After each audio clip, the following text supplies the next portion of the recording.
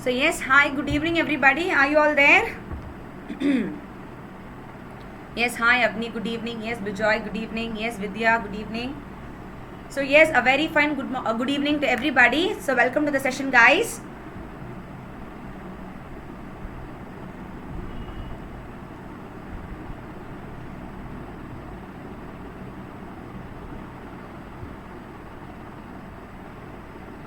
So yes, this is Nisha Nujumudeen. So I'm an economics faculty specialized in handling sessions for various competitive examinations like UPSC, UGC NET, bank exam, etc. So today in this particular YouTube session, I'll be discussing on the topic as to most important MCQs in economics related current affairs, and this is part 6 of the lecture. Okay.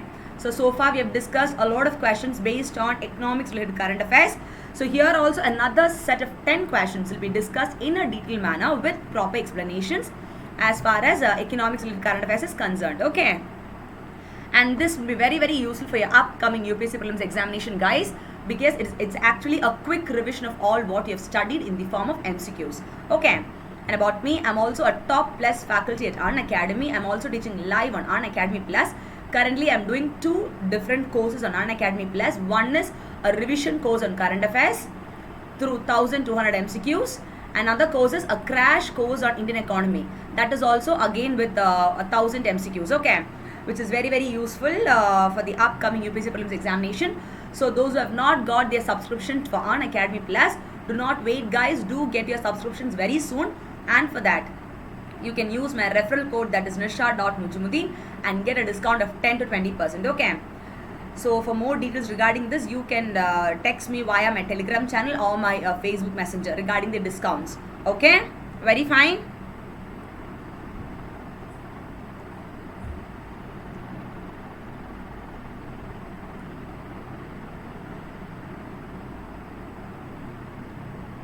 Yes, Prahalat Kishore, thank you so much for that comment.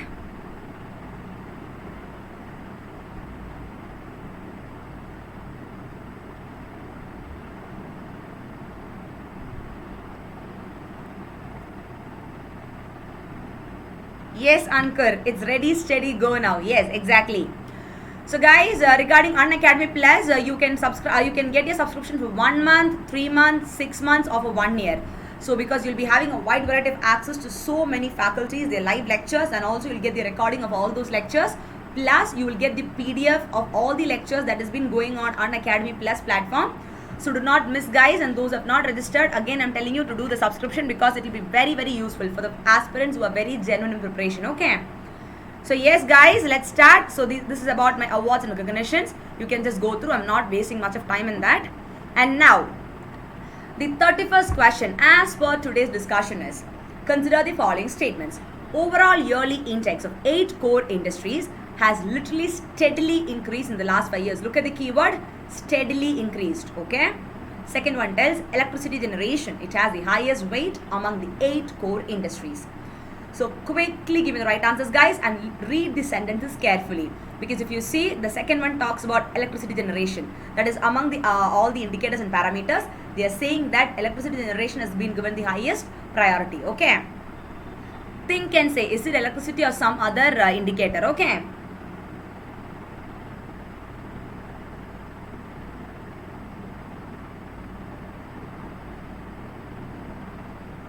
Yes, Sakshi. What is it, Sakshi? Could you please ask me that in English so it will be more comfortable for me to understand?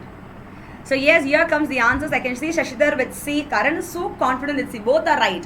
Guys, think and give the answers. Okay, see, overall yearly index of 8 core. Core means what? Your key or basic industries, right? So they are saying that during the last 5 years, it has shown a steady increase. That is, initially it was increasing at a greatest phase, then it declined, and now again it is slowly and gradually increasing. Okay, when you take an average analysis. And second one talks about electricity generation. Think and say, is it electricity generation or something else that is the highest? See, look at the keyword, it has the highest.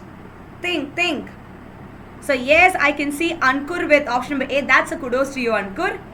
Rosen with A, but Avni, Abhinav, all are saying, C. I can even get some B answers from Nagendra and Gautam. Okay, only 2 is right. Okay. And yes, but Ankur is damn confident it is option number A. And yes, kudos to all you people. The answer is option number A. So I think very few people give A answers. And yes, kudos to you people and you deserve the chocolate. If you see, only option number A is correct. Whereas second one is wrong. Because if you see, electricity generation is not the highest. It is there among the 8 core industries as one of the weights or parameters. But it is not the highest. It ranks number 2. Let me tell you why it is like that. If you see, the index of 8 core or key or basic industries that has steadily increased in the last 5 years. Now, among the core industries, if you see, it is your petroleum refinery production, guys, which has the weight of 28.04%. Whereas the electricity generation, including generation of renewable sources, they only have a weight of 19.85%. So, look at your question. In your question, it was telling regarding what? Electricity generation with the highest weight. That is wrong. It is actually what? Your petroleum refinery. Okay. Petroleum refinery production. That is having the highest weight. That is why your second option is wrong. Did you understand, guys? Very fine. It's a very, very silly mistake that you people made. Okay. And thus, if you see this particular index of 8 core industries, what is that? If you see, it is nothing but a monthly production index. And in this particular monthly production index, what do they do is that that has been considered as one of the most important or a lead indicator of what? Of the monthly industrial performance. That is based on the performance given by the industries in every month. They will, publish an index called as production index, and that is called as the index of 8 core industries. That is only the performance of the core or the basic or the heavy industries will be projected. Okay, because those core industries or basic industries, that is very important for the growth and development of the economy, right? So they give a thorough review and focusing on the development of that industries. That is why they came up with this 8 core industries. And which are the industries, guys, that come under this 8 core or basic industries? Literally, if you see, they are electricity, iron and steel, refinery products, crude oil, coal, cement, etc. Okay, these are the 8 industries that come under the index of 8 core industries. Very fine, clear? Acha, Nilesh, yes. What is it?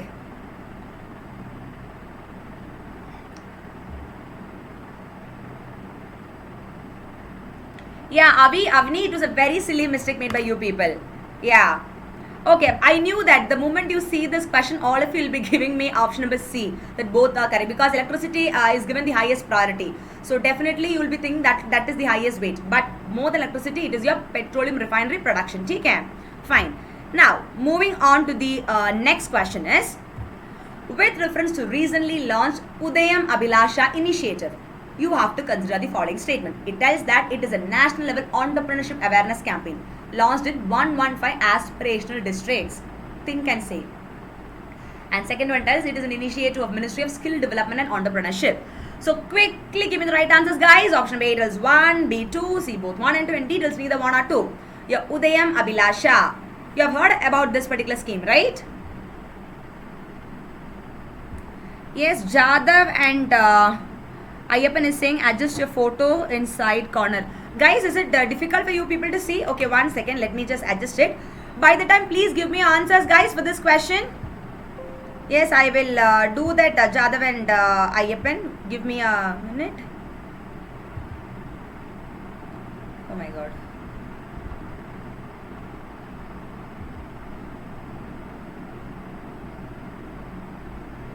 Is it fine now?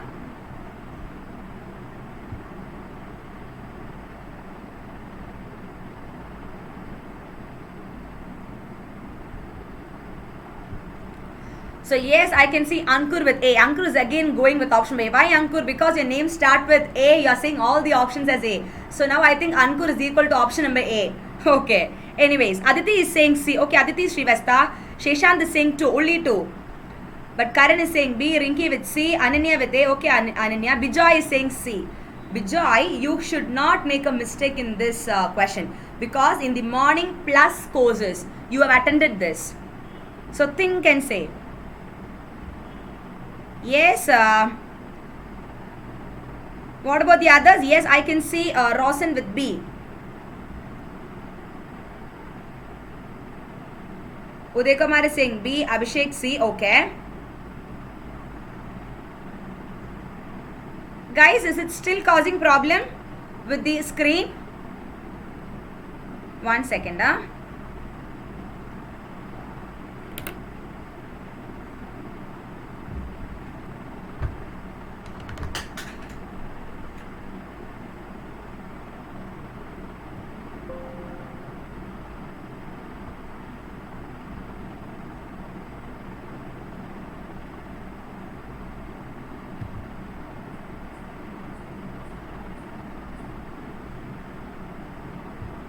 Is it fine now? Is the question visible?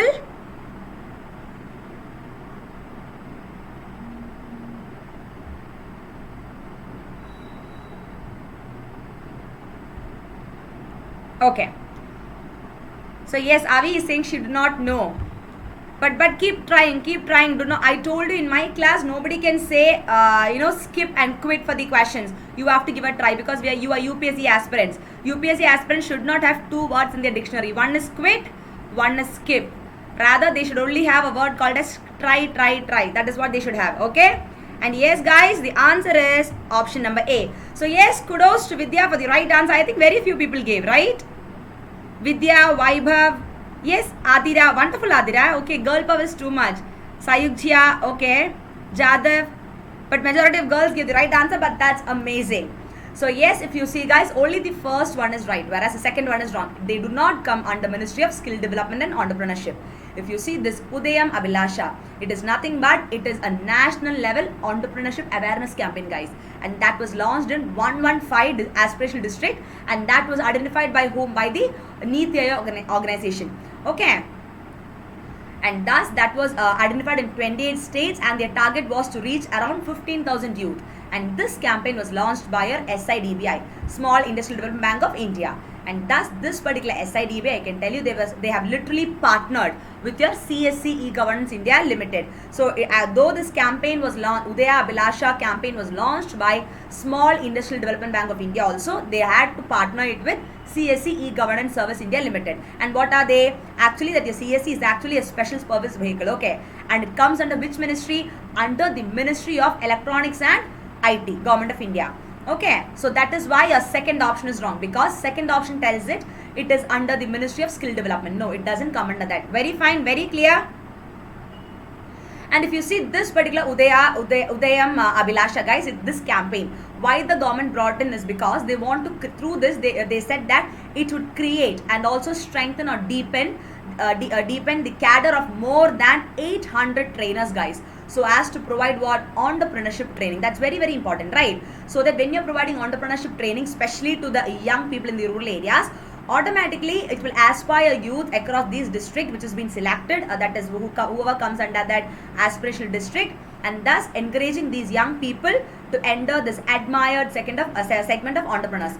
To put in short, sweet and simple terms, I can tell you that through this particular Udam Abilasha campaign, they wanted to make sure that the entrepreneurship talent of the young people or the youth people, especially in the rural area, is being brought out, and also by making sure that these people are, given some sort of skill, and at the end of the day they are getting some sort of employment through self-employment, because when they come up with startups or entrepreneurship, they are getting employed, right? So as a result of which, indirectly I can tell you, your unemployment rate is decreasing. Did you understand, guys, whole about your Udam Abilasha scheme or campaign? Yes, Nidhi, you just came now. Yeah, it's just 2 to 3 questions. That's it, Nidhi. 2 questions, okay? Okay. So now, moving on to the next question is, yes, Deep has said each question she takes average time of 3 to 5 minutes. See, Deep, depending on the question and depending on the explanation I give, okay? Okay, and I think most of my students require explanation, so I really can't keep on skipping it. Okay, moving on to the next one is, which of the following statement correctly describes the term LCR, that is liquidity coverage ratio, often seen in news. So now this is having a connection towards your CRR and SLR. So if you know these 2 terms correctly, you will be, oh my god, I showed the answer. It's okay. If you know these 2 terms correctly, you will be able to answer this. Anyways, what is the answer, guys? Is it a measure of reserves that commercial banks are required to hold in the form of government bonds? Or is it a measure of, reserves that banks need to hold in the form of cash? Or is it a measure of highly liquid assets which can be converted into cash? And details none of the above. So no chocolates for this question, because already by mistake, the slide went on to the next one. Yes, Prem, you people saw that. So I am just going to skip. I am not going to wait for your options. Anyways, you people saw that. Yes, Ananya, I saw. Okay, understood. And yes, the answer is option number C.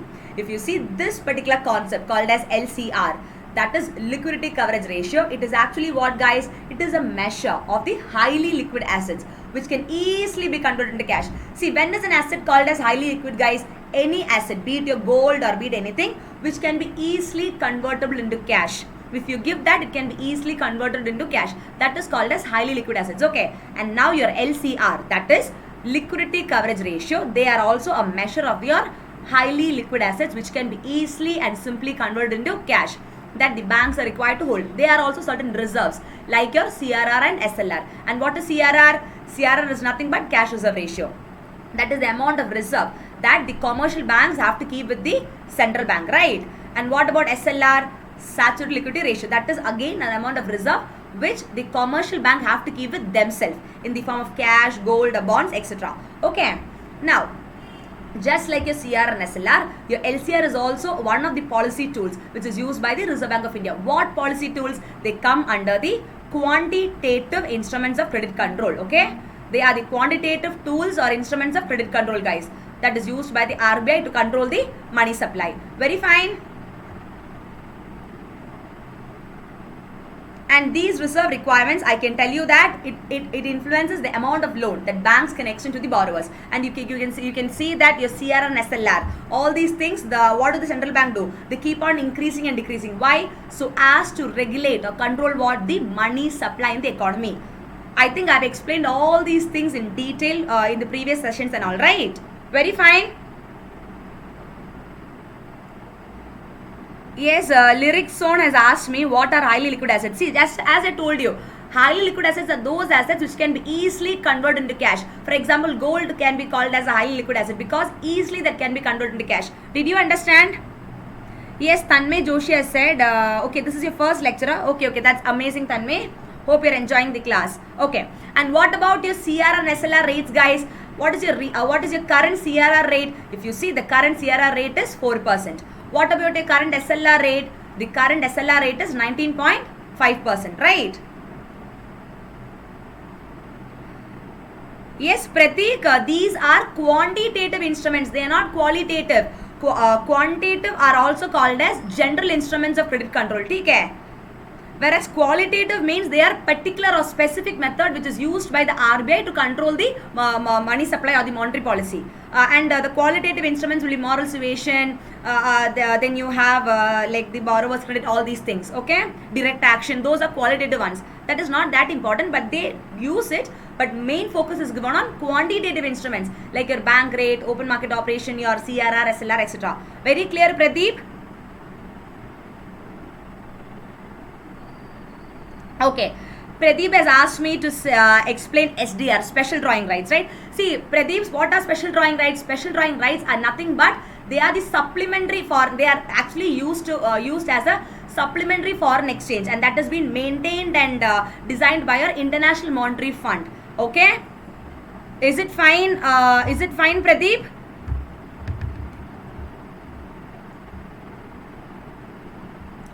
You can just note it down, Pradeep, if you want. SDR or special drawing rights means they are nothing but they are supplementary foreign exchange reserve assets. Okay, the key word is reserve assets. Sometimes in certain questions now they can give you like that. That is, for example, SDR is actually a currency reserve they can give you. In case if it is given as currency, it is wrong. SDR is not a currency, but rather it is what? It is a supplementary foreign exchange reserve assets. Okay, that has been defined and maintained by our International Monetary Fund. Very fine.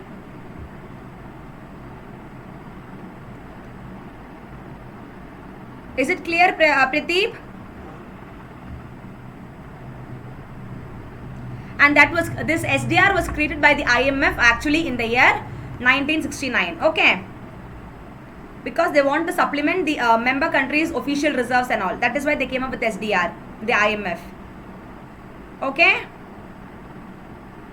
Okay, fine. Perfect. Okay, Shivam, you have asked me a doubt as to bank rate. See, bank rate is also called as discount rate. Okay, the rate at which the banks will offer certain discounts. Okay? They are one of the most important quantitative instruments of credit control or monetary policy. See, bank rate is different from repo rate, guys. See, don't get confused. See, Deep has asked me like repo and bank rate. See, come on. Bank rate, repo rate, they are different. They are all the instruments of credit control, guys. Repo rate is what? The rate at which the commercial banks can borrow from RBI. And reverse repo is what? The rate at which the RBI can borrow from commercial banks. Did you understand? And this repo rate and reverse repo rate, they come under the broad heading called as LAF. That is Liquidity Adjustment Facility. Liquidity Adjustment Facility. That is only that is also it is a repurchase borrowing arrangement. Okay. Under that only your repo rate and reverse repo rate comes in. Okay, very fine. Are your doubts cleared, guys? Perfect. Okay, perfect. Now, moving on to the next one is, consider the following statement. First one tells Reinvest is a global platform to explore strategies for development and deployment of renewables. Look at the keyword. Second one, if this is a global platform, is it an initiative of UNEP, guys? Think and say. Third one, the first sessions of Reinvest was held in New Delhi, that is in our country India, in the year 2015.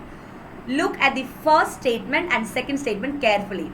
See, it is actually a global platform for what? For develop strategies, for development of renewables. We have a separate ministry called as Ministry of Renewable Sources and all, right? So, in that case, will your Reinvest come under that, or is it an initiative of UNEP? Think and say. I gave you clues. More than this, you won't get any other clues. So, quickly give me the right answers, guys.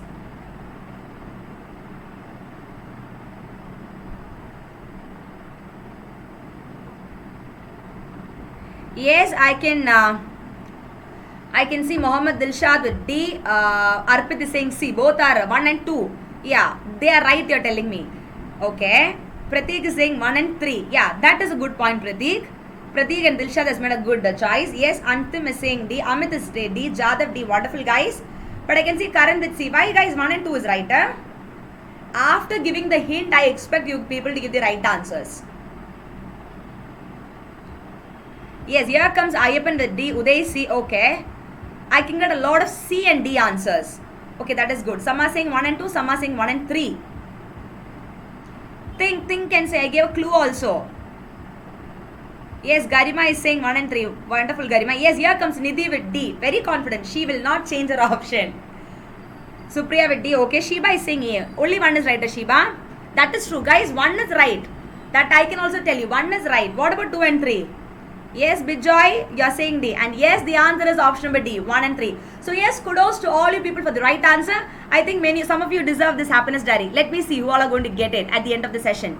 If you see this Reinvest, it is what? A global platform to explore strategies for development and deployment of renewables. And if you see, guys, it is an not an initiative of UNEP, rather it is initiative of which organization? As I told you, since it is connected with renewables, it is coming under the Ministry of New and Renewable Energy, Government of India. Okay, it's very easy to guess also. See, since your Reinvest is for renewables, it comes under Ministry of New and Renewable Energy. Okay? That is why the second one is wrong. And if you see the first session of this particular Reinvest was literally held in our India, that is in New Delhi, in the year 2015. Okay? And why is this Reinvest program why did this program come up, guys? If you see, this particular global platform called as Reinvest, it showcases our country India's clean energy market, okay? And also it showcases what? Our government's effort to scale up the capacity so that we'll be able to meet up the national energy demand in various perspectives, be it economically, socially, ecologically, and everything in a very, very sustainable way. That is conserving for the, using for the present generation and also preserving for the future generations, okay? So that is all about the Reinvest. And thus, if you see, the inaugural session was held in New Delhi on February 2015. And thus, the first session was held on 2015, guys. Very recently, in 2018, if you see, guys, what happened is that the Government of India, what did they do? They organized the second global Reinvest. Why? So that it will provide an international forum for all the established players. Who are these established players? They are talking about the people who are the industrialists and the other people who are connected with the development of renewables resources. Okay? So thus it will provide international platform for all the established players, as well as it will provide a platform for the new segment of entrepreneurs and investors to engage, ideate and innovate in this particular global platform of Reinvest. With reference to what? With reference to certain strategies for development and deployment of exclusively renewable source of energy. Very fine. Very fine. Yes, Rinky, it is October 2018 current affairs. Yes, you're perfectly right. I have taken the question from there. Yes, Avi, even you gave the right answer, Avni. Wow, that's amazing. So today a lot of girls are giving right answers. So girl power is too much today. Aaj, wow, amazing. So yes, kudos to all you people. And now moving on to the 35th question is, World Economic Outlook report is published by which of the following? Again, a very simple question. Option A tells World Bank, B World Economic Forum, C International Monetary Fund, and D tells Organization of Economic Cooperation and Development. So yes, answers please.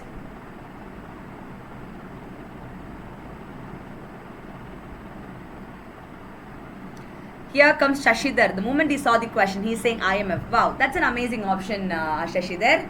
I can see Prem with C. Yeah, Deep is so confident with IMF, okay. But I can see somebody with NTA Net, somebody with the World Bank. Option B, A. Really? Okay. I can't see any B answers. World Economic Forum. So, Anvesh is C, Jadhav is C, Pushkar is B. So lot of C and B answers I can get. World Economic Forum, the IMF, and some are saying A. Very few. But Adira is so confident. 100% it could be C, nothing else. And yes, guys, the answer is option number C. So yes, kudos to you people for the right answer. It is option number C. If you see the World Economic Outlook report that is published by none other than the International Monetary Fund. And thus, if you see in the latest World Economic Outlook report, the IMF, what did they do? They projected our growth of our country India at 7.3% in the year 2018. And now for 2019, they said that the projected growth is 7.4%. And literally, we are the world's 6th largest economy, right? By statistical data. And even if that, and you see the GDP of our country is also pretty much around this figure, right? And in that case, I can tell you that the projections given by IMF is more or less correct, right? And thus the IMF, they also predicted that our country India, it will regain what? The tag of world's fastest growing major economy this particular year, whereby overtaking or surpassing China with more than 0.7 percentage points. That was a prediction given by IMF, okay? In the World Economic Outlook report. Very fine.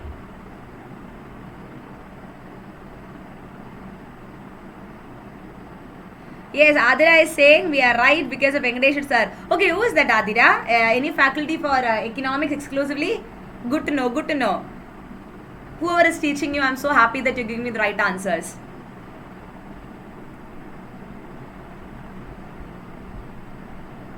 Okay.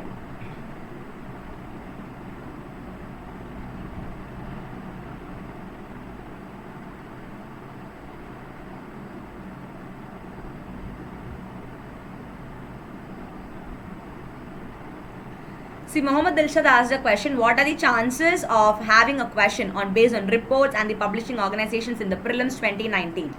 There are around 30 such major reports. Yeah, even there are more than, other reports also, more than 30 reports also. See, but normally the reports which are in news recently, say for example, the Global Hunger Index report, that is in news recently. Then if you see your Global Slavery Index, that is in news.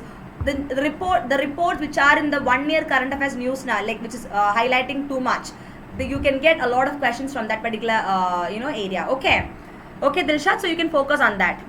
See, it's very easy to remember these reports. It's not that a difficult thing. Just know what is the aim of that particular report, what is it all about, the year. That's enough. Okay, and India's rank. Okay. Okay, it's a faculty in Unacademy. Oh, I'm so happy to know. It's good that that somebody is teaching so good economics. I'm so happy to know. Okay, fine. So yes, so let me say a kudos to Venkateshwar sir for training you people, and finally for my class, you people are giving me right answers, which makes me extremely happy. Okay.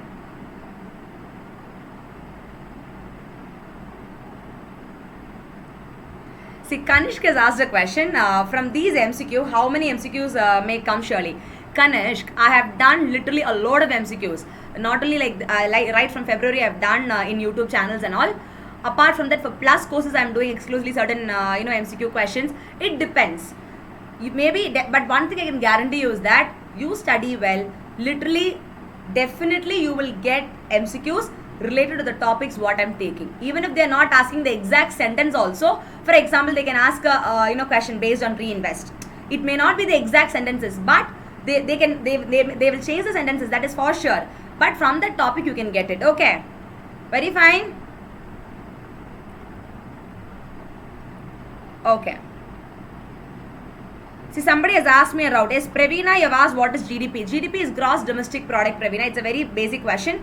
So let me tell you, what is GDP? It is one of the most important economic indicator, Praveena. It is nothing but it is a value of the final goods and services which are produced within the country during a period of 1 year by the normal residents of the country. Okay, that is called as GDP. That is the most important economic indicator to measure the economic growth of a country. Okay, Praveena?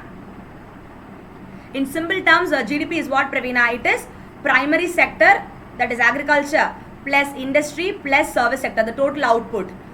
That will give you your GDP. Okay.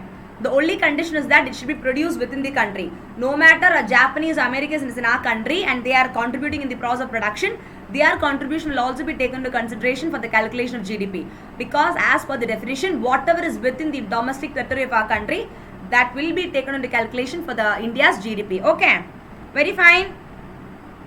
She has asked a very basic question, but happy to address a basic question. Yes, there is. That is a very basics of economics. See, that sometimes people may get, have some doubts. There is nothing wrong even to discuss the basic things. It is a kind of revision for the people who knows the basics, right? Take it like that. Okay. Now, moving on to the next question is, which of the following indicators are used in computing the global hunger index? And this index is very, very important. Okay, you may get questions based on this index because in the news you can get you would have been seeing regarding global hunger index and all, right? So thus the question is regarding the factors used in calculating or computing. Option number 1 tells children under the age of 5 suffering from wasting, then children under the age of 5 suffering from stunning, then under 5 mortality, and 4 tells undernourished population as a percentage of total population. Think and give the answers. Yes?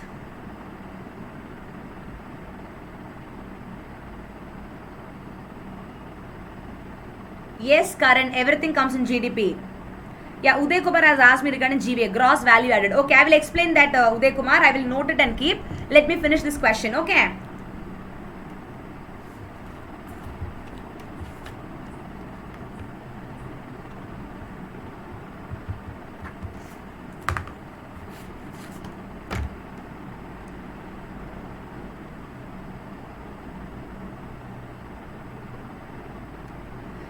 So yes, I can see Supriya with D, Vidya with D, 1, 2, 3 and 4. Wonderful guys, but Prem is saying C.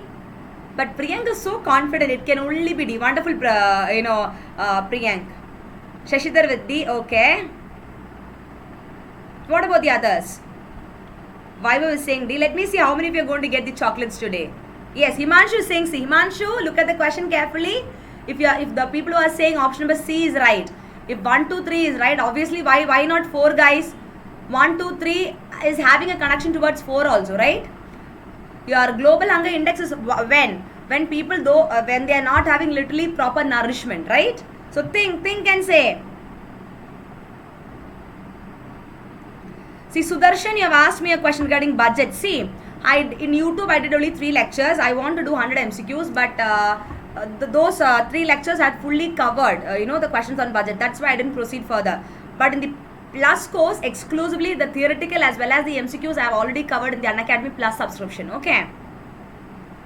So yes guys, as all you people gave me wonderful answers, it is option number D. So yes, kudos to all you people for the right answer. I think a lot of people gave me. And yes, everybody deserves chocolate this time. It is D. All the above are literally the parameters that are used in calculating or computing your GHI. Take care. If you see what is this GHI, if you see it is a peer-reviewed publication released annually by Wealth, Hunger, Life and Concern Worldwide. Guys, please look at this point. There is a slight difference. If you see till previous year, till 2018. Okay. If you see the International Food Policy Research Institute, they were also involved in the publication of your Global Hunger Index. But now from the current year onwards, apart from your IFPR, there is another organization, that is Wealth, Hunger, Life and Concern Worldwide. They are also involved in the peer-reviewed publication of your Global Hunger Index. Please note that carefully, okay? Sometimes you can get questions based on that also. And thus, what are the 4 main indicators, guys, which is used to calculate your Global Hunger Index? One is undernourishment. That is how many people are undernourished or malnourished. That is very important, right? Because when somebody is undernourished or malnourished, really automatically the lack of nutrition problem comes, stunned growth comes, which literally shows that the country India tops in world hunger. And there are around 100 million street children in the world. So all these indicators are literally used, guys, for computing. And what is the rank of India? If you see in the year 2017, 16-17 data, what was the rank? India was ranking 97th position, right? And now, and after that, if you see 2017 data, what happened? Our country was ranking 100th position. Instead of decreasing to 96, 95, we slipped 3 points ahead to 100th position. And what is the current data? Again, we have only increased the rank instead of decreasing it. From 100, we became to 103, which shows that the condition of our country is very, very bad with reference to hunger. Okay, which means more and more of poverty is increasing day by day. So thus I can tell you India has been ranked 103 out of 109 countries in the latest Global Hunger Index report, and thus it puts our country India in the category as the serious. Okay, that is, it is placing our country India with hunger levels and under the category serious. Okay, which is very, very bad for the country. And a lot more is to be taken care of. Look at this, guys. Your global hunger index is like this, okay, where which literally shows that the social indicator, it is performing so badly. But other side in the budget 2019-20, what did they say? They say that India is the 6th largest world economy with one of the highest GDPs. So what is the point of being the 6th largest world economy when your social indicators like education, health, hunger, all these things are just increasing instead of decreasing? It's totally again an irony, right? So first all these have to be changed. Only then literally, you can think about calling your country as a highly developed economy. Yes, Priyank, stunt growth means, have you seen some children's, sometimes they be 10 years of age, but they will look like 5 years or 4 years. That is up to the, that is the height and weight. Now there will be a mismatch in that, and you can see the bones of them coming out. So pathetic to see that, especially in Rajasthan, some areas and all. I've literally seen some children's like that who are suffering stunt growth. That is, though you have your PDS, that is public distribution system and all, guys, still the food supplied through that, okay, through the fair or ration shops, that is not having nutrition. So initially our country was focusing on something called as food security. After that, the government came up with another act called as nutrition security, because it is not like giving food to the people at a subsidized rate, also making sure that those food products or substances, they are having the proper nutrition. Otherwise it is a waste, because it will lead to problem like undernourishment, malnourishment, etc. Right? Fine.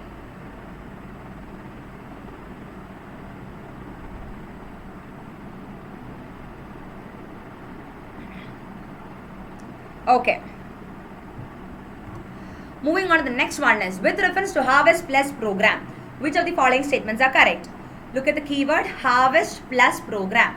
The program aims to improve nutrition and public health by developing what? Certain biofortified food crops which are rich in vitamins and minerals. Second one, this is an initiative of FAO. Think and say, your Food and Agriculture Organization comes under UN, right? So now your Harvest Plus program, it is not said that it is a global initiative.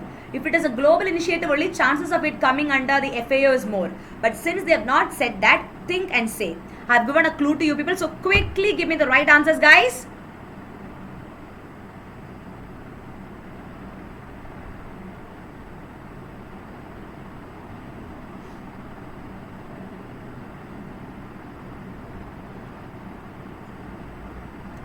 So yes, here comes Dilshad with A. I can see Jadav with A. That is only one is right. Wow, that's amazing. But here comes Nitish. Kudos to you. Yes, Nitish, you are saying option number C. Pradeep with C. Okay, but still I can see Mazur with A. Okay. Uday Kumar is saying A. Okay. Amit is C. A lot of answers. So most of you are saying A. Some are saying only A. Some are saying both are right. That is 1 and 2. Okay. But I can get... okay, I didn't see any D answers. That is neither 1 nor 2. Wow, that's amazing. Yes, here comes Ayyappan with C. Adar is also so confident with C. Let me see how many of you are going to get the chocolates. Yes, Nidhi with A. Wonderful. Ratna is so confident with C. Vijay is also so confident. Think and say. Does it come under FAO or some other organization? It may also come, okay. I just gave a clue. And yes, guys, the answer is option number A. That is only the first one is right. So yes, kudos to those. Yes, Nidhi, kudos to yes, Kavya, yes, Kannan, kudos to all you people and the others for the right answer. It is only option number A. Yes, Aditya Kumar, you to give the right answer. Wonderful. If you see, the Harvest Plus program, what is that? It's actually to improve the nutrition, guys, and public health by developing and promoting certain crops. What crops? Certain food crops, biofortified food crops, which are very much rich in vitamins and minerals, and also providing what certain global leadership on the usage of biofortification evidence and technology. And this particular Harvest Plus program, it is an initiative which organization? It is not coming under FAO, because here see the word global is not coming, guys. Supposing it is Global Harvest Plus program, then chances of coming under FAO is more. Okay, but since the word global is not there, only the chances of your Harvest Plus program coming under Food and Agriculture Organization is less. Rather, it is an initiative which organization, guys? If you see the Harvest Plus program, it is an initiative of your CGIAR, which is Consultative Group on International Agriculture Research. Very fine. And again, it is very sad to know that though our country India ranks number 1 in food grain production, we have a lot of surpluses. What about the nutritional security? We are faced with a lot of complex challenges. A lot of issues is happening with reference to nutritional security. So what is the point of our country becoming the number 1 or becoming the top categories of food production? What is the point of having a lot of surplus food production, guys? It is a waste, right? Because when you are having a highest food grain production, literally there should not be issues of nutritional security. But our country is faced with the problem of nutritional security only, which means that a lot more is to be done to make sure that whatever food production is being done, that is also utilized by the domestic population rather than exporting it. Okay, very fine.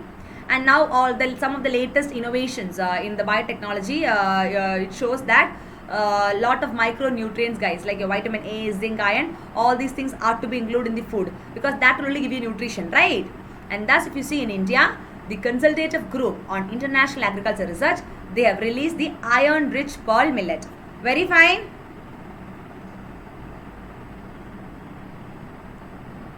Yes, YTD is saying, he's like, no problem. There are some more questions, do not worry.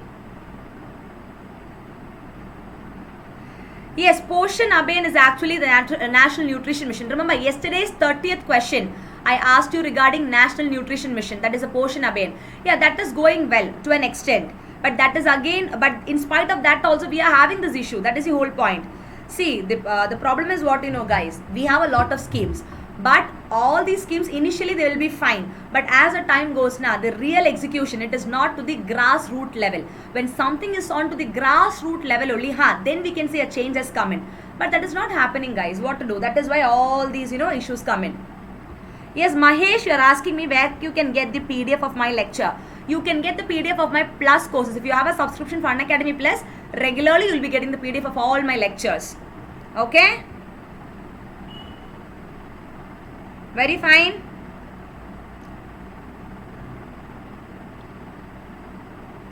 Okay. Yes, Deepika, only it is in paper. But see, we can't say again that it is only exclusively in paper. These days, some of the schemes are working out. We can't say that we are not achieved anything. It is working out, but not up to the expected level, like how our country, like India, is supposed to do with such an alarming population. Okay. Yes. Now, moving on to the next one is, consider the following statements regarding the Mahila, Kisan, Sashaktikaran Yojana. That is the MKSY, okay? It is aimed at empowering women in agriculture by making systematic investments to enhance their participation productivity. Yeah, the word Mahila talks about women. So, obviously, we all know that the first one will be right, because it aims at empowering women, right? Now, second one tells that it is the sub-component of what? NRLM, National Rural Livelihood Mission. Third one tells it is an initiative of the Ministry of Agriculture and Farmers Welfare. Think and say regarding the Mahila Kisan Sashaktikaran Yojana. Yes, Aditya Kumar is asking reason for India lacking. Aditya Kumar, the reasons are wide, it is numerous, I can tell you. Lack of systematic and structured plan, that is the problem.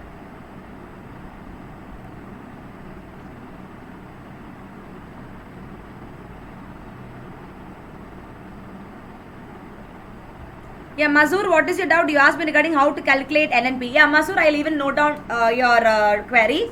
Okay, I will tell you. After, I think Uday also asked me regarding GVA. Let me finish the questions. I'll address your doubts. Okay.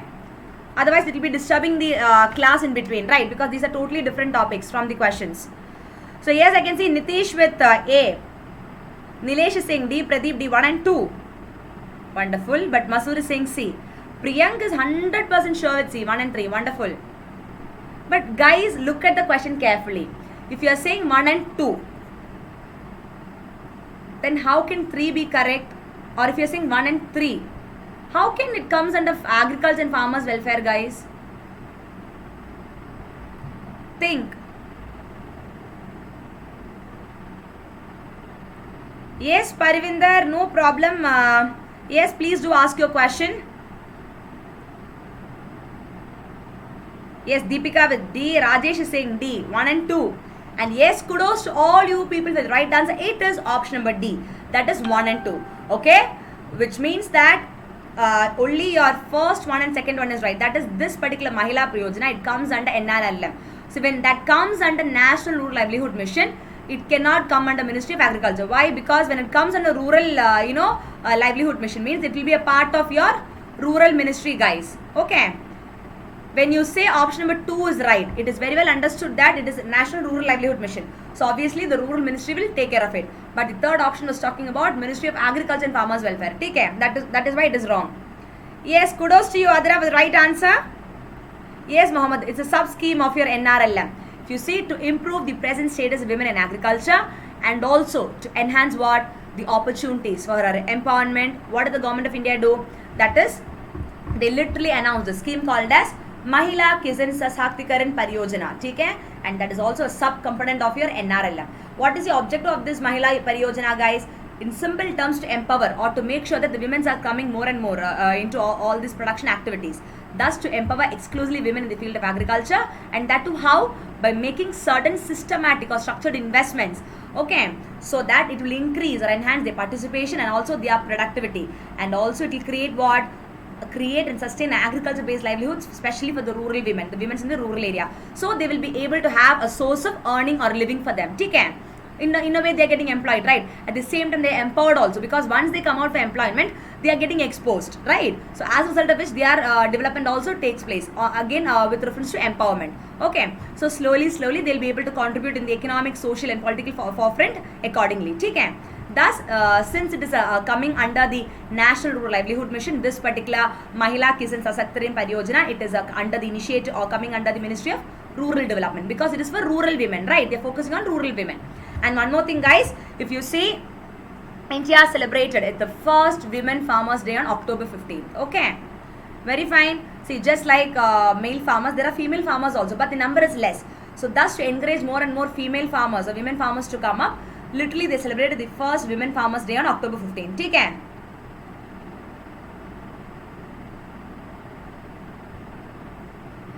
So yes, Avni, you got confused. Chalo, no problem. Let's give a right answer for the next question. Okay, very fine, guys.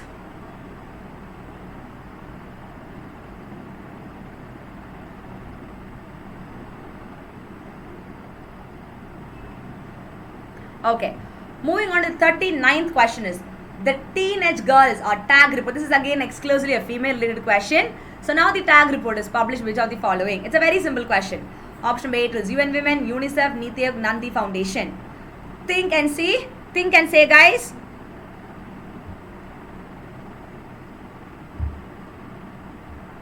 Yes, answers please regarding the teenage age girls. There is a report for them also. Yes.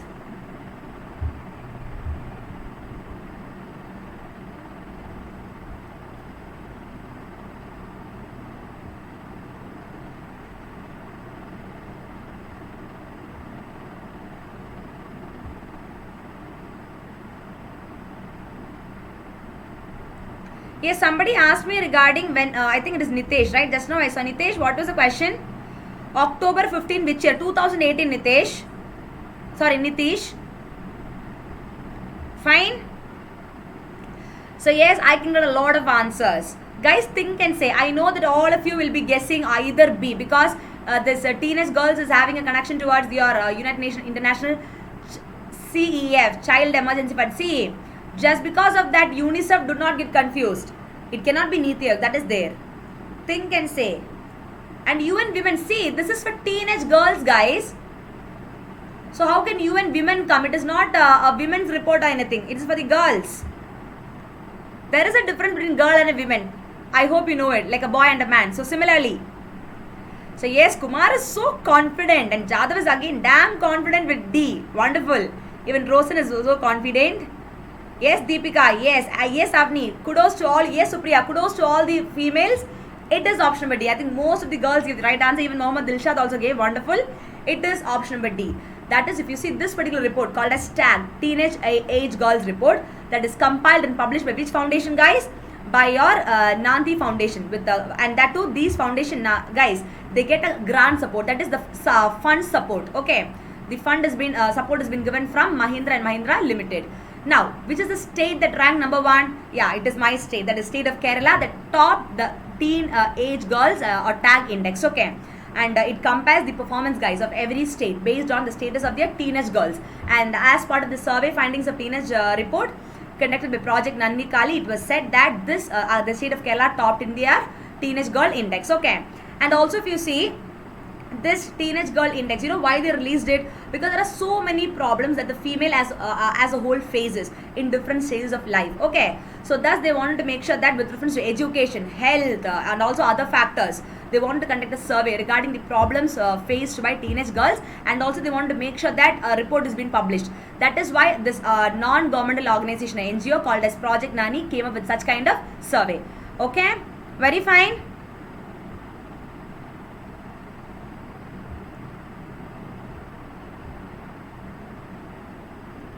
And thus, if you see now, this particular report, it is touted as the nation's first report on what it means to be a teenage girl in India, okay? And but though that is the case also, if you see the government of India, they said that some of the findings given in this particular teenage girls or TAG report, they were even misleading. They were completely misleading, especially, guys, in respect to their findings in relation to Swachh Bharat Mission open defecation. You know why government said that? Because Swachh Bharat and open defecation mission and all now, literally the government is celebrating it as a successful thing. So now when in this teenage girl report and things came out, the government said that some of the findings on the teenage girl age report now, they are misleading. That is how they concluded that. Okay, very fine. You know, this particular survey now, guys, this teenage girl report survey, if you see, it was conducted by an all-women team, okay, that consisted of around 1,000 surveyors, okay, and this particular survey, 1,000 people conducted the survey, and this 1,000 surveys, it covered literally, I can tell you, 74,000 girls, guys, across the country. And also it traversed around 30 states and 600 districts. They literally conducted the survey like this, okay? And that time only, in that report, it was found that the state of Kerala ranked number 1, followed by Mizoram, Sikkim, Manipur and Himachal Pradesh, okay, as the top states. What about the cities, guys, that this is regarding the state. What about the top cities that rank number 1, guys, for your, teenage girls report? If you see the top 3 cities for teenage girls report is the city, it was Mumbai, Kolkata and Bengaluru, okay. Mumbai, Kolkata and Bengaluru, they were the top 3 cities that performed very much with reference to your teenage girls index. Okay, very fine.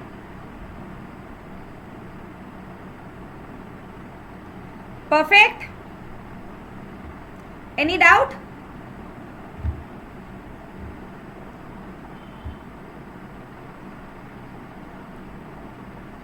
Yes, and one more thing, guys, regarding this teenage girls report, I can tell you that the executive director of this particular NGO called as Project Nandi Kalina, one Mr. Sheetal Mehtal, her name is, this particular woman, she said that there are 80 million girls, guys, look at the keyword, there are 80 million girls in the age group of 13 to 19, and that is actually coming under teenage, right? So she said that there are 80 million girls in the age group of 13 to 19 in our country, India, and the absence of such a body of data was a critical data gap. This is what she said, okay, and a lot more is to be done to improve this index or report. Fine. They conducted this survey, guys, based on various parameters, education, health, hygiene, a lot, and even regarding marriageable, this thing also, they conducted this report, this survey, okay, very fine. Yes, Nitish has said that today is Nitish's birthday. Oh, really, Nitish? So, guys, we have somebody celebrating the birthday today. So, yes, happy birthday, Nitish. May you clear your UPSC in the coming attempts. Okay.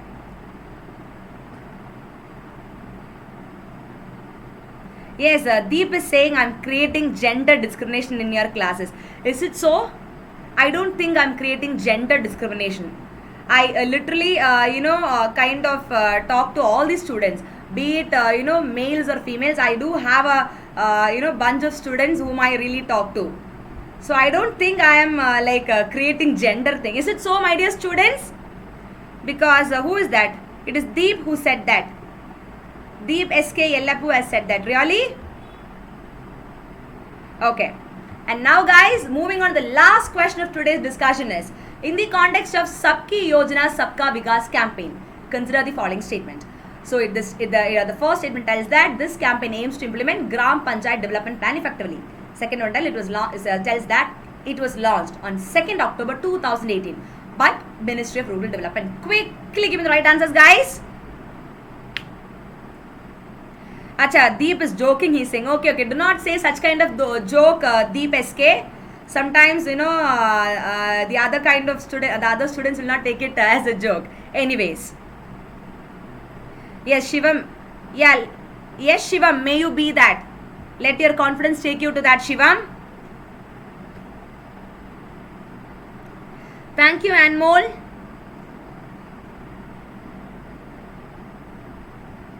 So yes, though we all wish Nitish happy birthday also. Now Nitish is going to say how many score Nitish has got. So Nitish, give the right answer for this, as today is your birthday. So as today is your birthday, you are supposed to give the right answers. So yes, answers please. I got a lot of answers. No problem, Deep. It's okay. Yes, Masoor with C. Amit is so confident 1 and 2. Both are right. Amazing. Ratna is saying C. Uday is saying C. Vidya C. Raj C. Parivinder, yes. Parivinder is saying C. Subir is asking me to drink water. Subir, when I want, I will drink. Do not worry. You take care. Okay? You drink if you want. Anyway, thank you for the concern. Yes, Nilesh is saying Ministry of Panchayat Raj. So that means only one is right. Okay? And I can get a lot of answers. And guys, the answer is option number A. So yes, kudos to you people. Yes, Sudarshan, kudos to you for the right answer. I think Jessara has given right answer. Very few people. Okay, out of these, yes, Nilesh, kudos to you. Gokul has given the right answer. Deepika, wonderful. So very few people give the right answer. It is only option number A. Whereas second one is wrong. It doesn't come under Ministry of Rural Development. Okay. Let me tell you guys. To implement Gram Panchayat Development Plan effectively, the central government, they launched a campaign called as Sabki Yojana Sabka Vikas on 2nd October 2008, previous year. Now, under this particular, Gram Panchayat Development Plan, if you see, that is your Sabki Yojana Sabki Vikas campaign, more than 2.5 lakhs Gram Panchayats, guys, of the country, that was included. So they were giving more and more focus on what? The local Panchayat. That is more and more Panchayat should be involved in that. So thus, the aim of that is they wanted the participation of grassroots people. That is from the, from the very grassroots, they wanted active participation of people. That is why your Sabki Yojana, Sabki Vikas campaign was focusing on Gram Panchayat development. Okay? And thus, participation of this grassroots people, that will be ensured. How? In preparing certain plans under Gram Panchayat development plans under this particular ambitious Sabki Yojana, Sabka Vikas campaign. And thus this particular campaign, it was concluded in December 2018, guys. Okay? It started on October 2018 and then it got concluded on December 2018. It was a very short period of time. And thus it is an initiative of Ministry of Panchayat Raj, Government of India. Because it is focusing on developing the Gram Panchayats of the country, it comes under the Ministry of Panchayat Raj. It doesn't come under rural development. See, if you see in a holistic way, yes, your Sabki Yojana, Sabki Vikas is also coming under rural development. But in rural development itself, they are focusing on Panchayats, right? Gram Panchayat. So already there is a ministry developed for Gram Panchayat. So that is why they come under the Ministry of Gram Panchayat, Government of India. Very fine. Perfect. So yes, thank you so much, my dear students. So please do rate, review, recommend, enroll and follow me for more such courses at Unacademy platform. So this is my profile link at the free platform. You can follow me here, guys, to get more updates on a lot of videos regarding the upcoming UPSC prelims examination in the form of MCQs. And also you can follow me at Unacademy Plus. I am a top plus faculty there. If you have not got the subscription, and those of you who have whose subscription is over, you can use my subscription code, that is Nisha.Nujumudeen, and get a discount of 10 to 20% off. Okay. For further details, you can literally inbox me via my messenger or my telegram channel for the discount of your Unacademy Plus platform. Because literally you know, a lot of students who are generally preparing for this civil services, this Plus platform will literally help you out, because we faculties, not only me, a lot of top educators, they're coming up with structured courses on a day-to-day basis, where your doubts will be cleared, where PDFs will be provided to you, even if in case you missed a live lecture, also recorded sessions will be available. So it will be very, you know, it will really keep you on track. Okay, so do not forget, guys, to provide your valuable feedbacks and ratings in the YouTube comment box, and see you tomorrow at 6:30 to 7:30 for another session at YouTube. Okay? So how was the session, my dear students? I hope all of you enjoyed.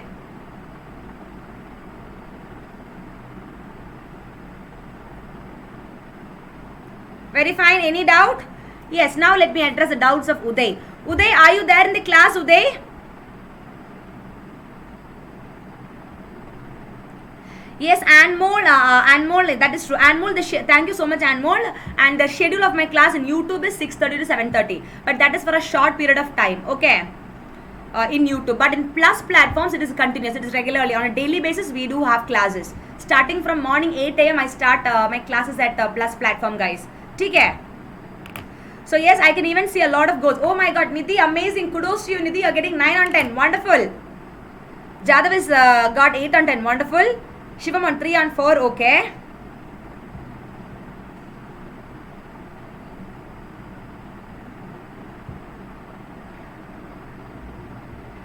Yeah, Aditya, actually it is a 1 hour session, but normally because of the doubts I clear for all you people only, my session go up to 1.5 hours. Okay.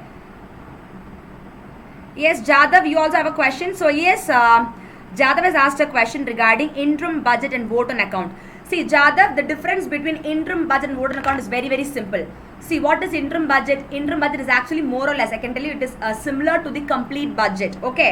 Which consists of what? It shows the total revenue and expenditures that the government is supposed to, it's a statement which consists of the estimated revenue and proposed expenditures. Okay, that is the interim budget. It talks about that. What about vote on account? Vote on account, actually, if you see, it consists only about the expenditure part of the government. It talks only about the expenditure part. That is the major difference between interim budget and vote on account. That is why mostly we prefer the interim budget rather than going for vote on account. Very fine. Okay, Jadav, clear? That is the main difference. Okay?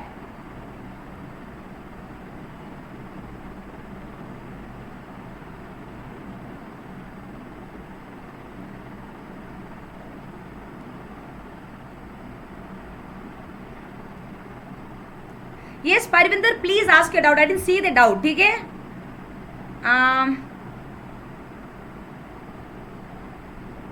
Yes, Uday, you are there in the class, right? Yes, Uday had asked me a doubt regarding GVA, that is gross value added. Okay, Uday, 30 seconds. So most of you will be confused with GDP and GVA. See, it is more or less similar to GDP, but with a slight difference. What is GDP? GDP is nothing but it consists of what? It measures the value of final goods and services produced within the country, right? During a period of 1 year, which are produced by the normal residents. Now, what is GVA? GVA is actually GVA plus taxes on products minus subsidy on products. That is equal to GDP. So, what is your GVA? GVA is nothing but gross value added. That is used for measuring what, Uttam? Uday, if you see, GVA is used for measuring the gross regional domestic product and other measures of output. To put in simple terms, your gross value added is also measures the value of final goods and services which is produced within a region or on a particular industry. They do not take into consideration the entire country, okay? In case of GDA, you measure all the goods and services, okay? The final goods and services. But here, whatever you produce in one particular industry, area or regionally, you take into consideration. It is not like GDP. GDP means for the entire country as a whole. GVA means it is restricted to one particular region in area or industry. Did you understand? That is a basic difference. Very fine. So in terms of national accounts now, Uday, I can tell you that this GVA, okay, that is equal to, I can tell you it is output. Okay, GVA is actually output minus intermediate consumption. Okay, it is actually one of the balancing item of your, national accounts production account. Okay, very fine. It is, in simple terms, it measures the value of goods and services which are produced in one area or an industry, so be it agriculture, industry or service sector. Okay, it is very specific.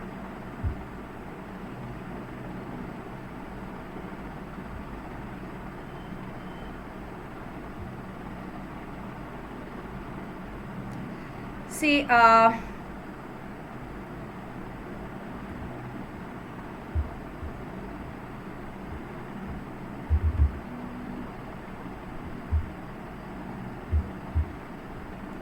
yes, Masoor has also asked me a doubt. That was regarding NNP na Masoor. Net national product. See now, Masoor, if you see net national product means what? It is nothing but it is also one of the indicators, okay, of national income. If you see, it refers to the gross national product, that is GNP. Okay, your net national product is equal to gross national product. That is the total market value of goods and services. That is the total market value of all the final goods and services produced by the factors of production economy. What are the factors of production? The four important factors of production is land, labor, capital and entrepreneur, right? So whatever so goods and services which are produced by the factors of production of a country or during a given period of time minus depreciation, that is called as NNP. Did you understand? NNP is equal to GNP, gross national product minus depreciation. Is it fine? And if you see now your NNP, net national product, it is mostly considered as a more accurate measure of your total value of goods and services by a country, guys, because it's derived from your GNP, right? That's why. Is it clear, Mazur? See, yes, Parivinder, 1 second, I'm just scrolling down the messages to look at your message. Yes, Yuvaraj, I've already said what is GDP. You can watch the recorded version.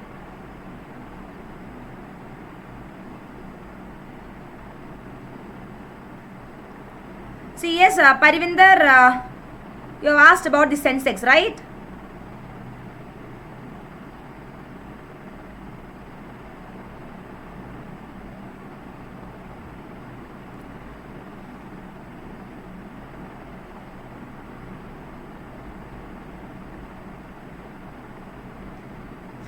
Ashtosh has also asked a doubt, that is purchase of Rafael will come under current capital account. See,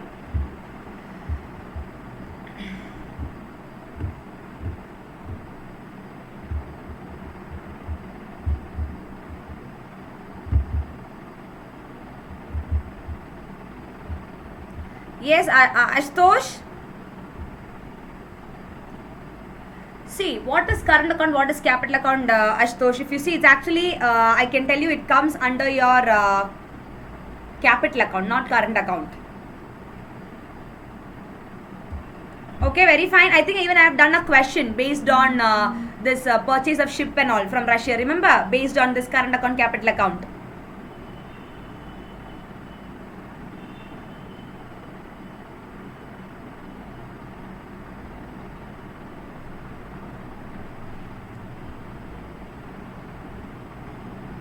Yes, I can see a lot of doubts.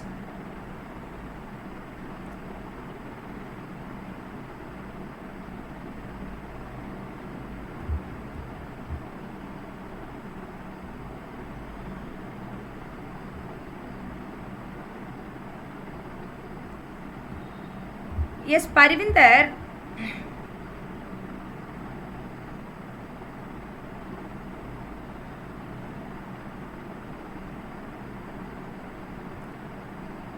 A rise, let me just go through it. 1 second, Parivinder. A rise in Sensex happens because of rise in the price of share of all companies, which is registered with BSE, Bombay Stock Exchange, or an overall rise in the price of group of shares in your BSE, right? You want to, actually exactly what you want to know, Parivinder, it is actually regarding the rise of Sensex. Is it that you want to know why is there a rise in Sensex? That is what your question is, right?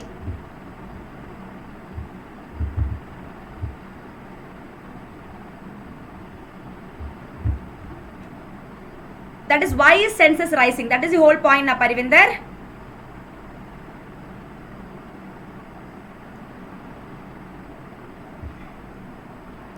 Are you there, Parivinder, in the class?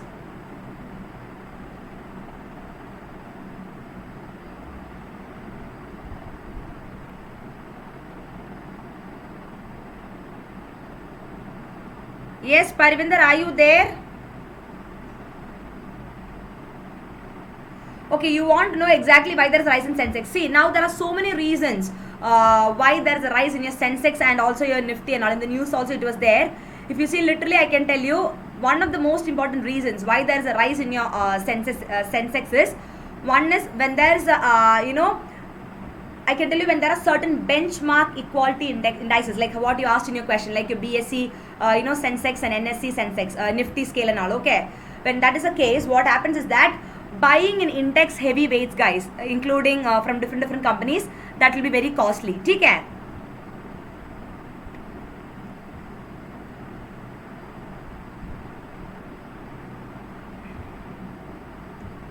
One particular reason why there's a rise in Sensex is, one is because of the gain in rupee, I can tell you, Parvinder, because some recovery in the local currency, okay, that is also cheered by market sentiments. Now, this is literally a little technical thing which will take little time for you to understand.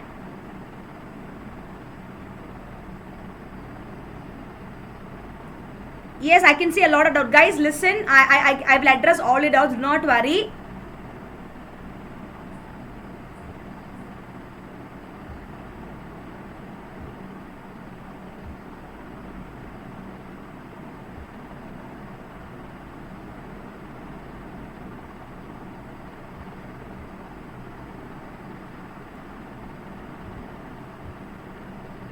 Yes, guys, can you all see me? Is everything fine?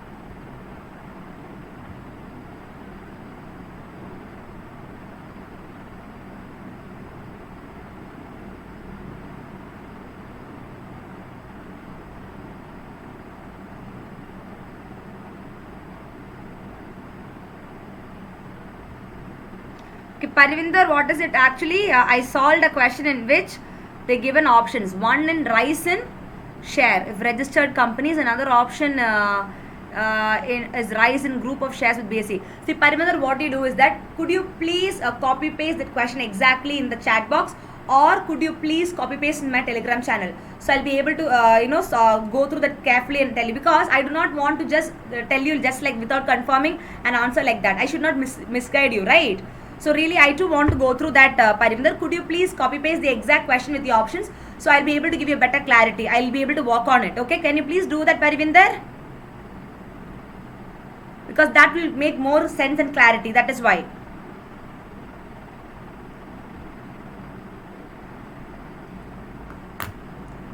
So it's already more than an hour, guys. So bye-bye. Thank you so much, my dear students. So please do rate, review and provide valuable feedbacks at the end of the session. And also do not forget to stay live for tomorrow's session, that is at 6:30 to 7:30 p.m.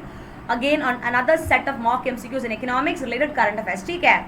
And from day after tomorrow, we'll be starting with literally, the economic survey MCQs, because many of you asked me that, right? So after one more lecture in current affairs based on economics, I'll be starting with economic survey MCQs.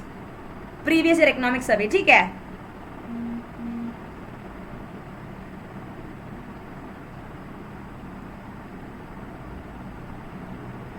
Parvinder, my telegram name is Learn Economics with Nisha for UPSC. So yes, bye-bye. Thank you so much, my dear students. Bye-bye. Have a nice day. See you all tomorrow.